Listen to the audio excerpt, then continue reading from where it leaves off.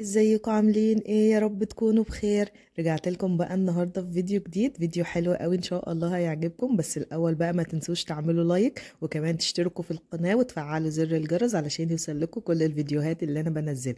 يلا بينا كده نبدا الفيديو الاول. بصوا انا جبت مكنه وكمان كنت عاوزه استخدمها كده استخدام اخر، يعني بدل ما اقعد اعمل فيها وافل وخلاص، فكنت حابه ان انا اعمل فيها سندوتش كده نستخدمها يعني كسندوتش ميكر كده، نشوف هتنفع ولا ايه. فبدات اول حاجه كده قصيت العيش على قد الجزء بتاعه علشان ما يبقاش طالع برضه منها وكده. كنت عامله شويه بيض مقلي كده وحاطه عليهم شويه لانشون، فبدات ان انا احطهم. وكان عندي شويه صغيرين قوي من الجبنه الموتزاريلا، فبدات ان انا احطهم عليها كده. وقلت بقى اما احطها في مكنه الوافل كده نشوف يعني هتعمل ايه، هتطلع السندوتش حلو ولا ايه. هنا خلاص كنت حطيتها بقى في الفيشه وسبتها تسخن خالص، وبدات كده ان انا احط عليها السندوتش وهقفل برضه عليها كده كويس لحد بقى ايه ما ياخد شكل كده برضه ولون. إيه، انا زي ما قلت لكم انا سبتها تسخن الاول براحتها خالص قبل ما احط فيها الساندوتش. هنا كان خلاص بصراحه كان شكله حلو.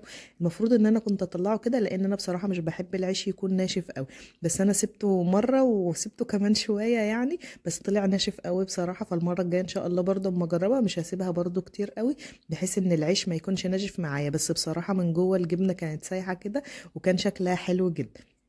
كمان بقى الطريقه اللي انا بنضفها بيها وهي سخنه برضو كده، ببدا ان انا احط عليها منديل كده، احط عليه شويه من الميه، رش عليه كده شويه من الميه، وابدا ان انا ايه امشيه كده على كل الاجزاء بتاعتها، بحيث برضو لو في بقايا اكل مثلا او في اي بقايا موجوده عليها ابدا ان انا اشيلها كده. وهي سخنه بتطلع معايا بصراحه بسرعه، لكن لما نسيبها تبرد وكده الحاجات اللي باقيه فيها بتلزق فيها كده وبتبقى صعبه قوي بصراحه ان انا اشيلها.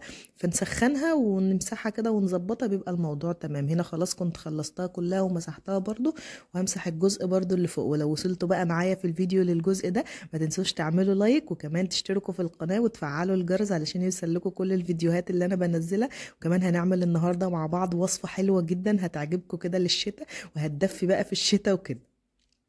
نبدأ بقى كده في الوصفة بتاعتنا النهاردة، وهنستخدم فيها البطاطا. طبعا كلنا بقى ايه في الشتاء بنبقى عاوزين حاجة كده تدفينا، فحقيقي الوصفة ديت وصفة حلوة جدا. انا بصراحة كنت اول مرة اجربها بس طلعت حلوة قوي قوي قوي يعني، وكمان خطواتها بسيطة وسهلة. اول حاجة كده استخدمت 2 كيلو من البطاطا، بدأت ان انا اقشرهم وغسلتهم كويس جدا. وبعدين كده في حلة هبدأ ان انا اقطعهم كده شرايح، بس شرايح تخينة شوية علشان نبدأ ان احنا نسلقهم كده على النار يعني وكده، بس مش هنسلقهم بمية.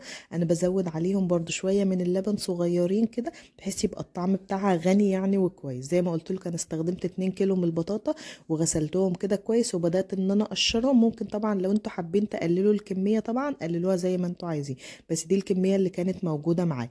بعد ما خلاص قطعتها كده شرايح بدات بقى ان انا ارفعها على البوتاجاز، وحطيت عليها كوبايه ونص من اللبن. وانا بحب شويه ان انا ازود كميه اللبن اللي موجوده معايا، هقول لكم برضو ليه. يعني انتوا مثلا لو مش حابين ان انتوا تزودوا لبن كتير، بس انا بستخدمه بعد كده في الطبقه التانية اللي احنا هنحطه عليها، بحيث ان برضو يكون طعمها من البطاطا وكده. وبدات ازود عليها كمان شويه من السكر، والسكر ده يعني حسب رغبتكم بقى، لو انتوا حابين تحطوا كتير او شويه صغيرين. انا كنت حاطه تقريبا 4 معالق من السكر. شوفوا شايفين بقى شويه اللبن اللي انا شلتهم من البطاطا دول، انا سبتها بس يا دوبك تبدا انها تستوي كده، ورحت شايله بقى الكميه اللي انا عاوزاها من اللبن، بحيث الطبقه التانية لما اجي اعملها احط عليها اللبن اللي هو من البطاطا شارب من البطاطا كده، يكون طعمه بصراحه حلو قوي. كمان حطيت عليها كده معلقتين من السمنه، وبدات ان انا اهرسها كده برده وهي على النار. وزي ما انتم شايفين كده خلاص كانت البطاطا استوت معانا وبقت حلوه جدا. كمان زودت عليها شويه من جوز الهند وشويه من الزبيب وشويه من السوداني. والخطوه ديت اختياري، ممكن تحطها او ممكن لا، بس بصراحه جوز الهند بيدي للبطاطا طعم حلو جدا.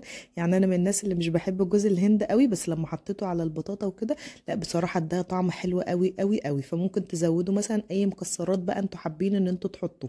انا حطيت كميه كده على البطاطا وبدات ان انا اقلبهم، وبعدين استخدمت صينيه بدات بقى كده ان انا اوزع البطاطا في الصينيه اللي موجوده معايا. وكان باقي برضو معايا شويه كده من جوز الهند والزبيب والسوداني. فبدات بصراحه كده بعد ما خلاص اوزع كل الاجزاء بتاعه البطاطا هبدا احط عليها برضو من فوق كده، قبل بقى ما نعمل الطبقه التانية. وبرضو ايه نبدا ان احنا نحط نحطها على البطاطا. هنا خلاص اهي كنت خلصت فرشت كل البطاطا في قلب الصينيه. هبدا بقى ان انا احط عليها كده شويه من جوز الهند والسوداني والزبيب زي ما قلت لكم، ونبدا بقى ندخل على الطبقه التانية. حقيقي زي ما بقول لكم جوز الهند بينقلها في مكان تاني خالص، بيبقى طعمها حلو قوي.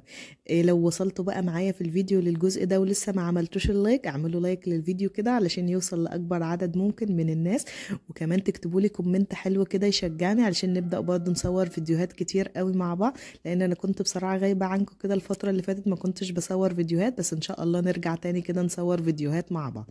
هنا خلاص بقى هنبدا نعمل الجزء التاني او الطبقه التانية اللي موجوده معانا.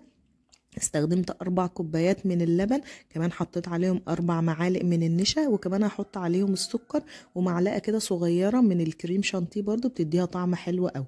عايزه اقول لكم كمان ان انا زودت كده الكوبايه اللبن اللي انا كنت شايلاها معاكم من البطاطا لما كنا بنسلق البطاطا كده باللبن، فانا زودتها بقى كده على الخليط اللي هو موجود معايا ده، بحيث برضو ان يبقى فيه ايه طعم البطاطا كده، وبرضو بتدي لون حلو كده ايه للطبقه التانية اللي احنا هنعملها مع بعض. حطيت كده كل المكونات زي ما اقول لكم، حطيت اللبن وحطيت سكر وحطيت كريم شانتيه وحطيت النشا، وده تقلمهم كده. وبعدين هبدا ان انا ارفعهم على النار زي ما نكون بنعمل مهلبيه مثلا او كده، بس بصراحه بيبقى طعمها حلو قوي.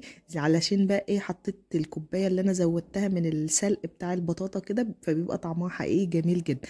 هنا خلاص كانت بدات انها تستوي، بدا القوام بتاعها يبقى تقيل اهوت. بدات ان انا اقلبها برده شويه كده، كنت عايزه اوريكم بس القوام بتاعها كده، تحس ان هو كريمي كده وطعمها حلو قوي بجد.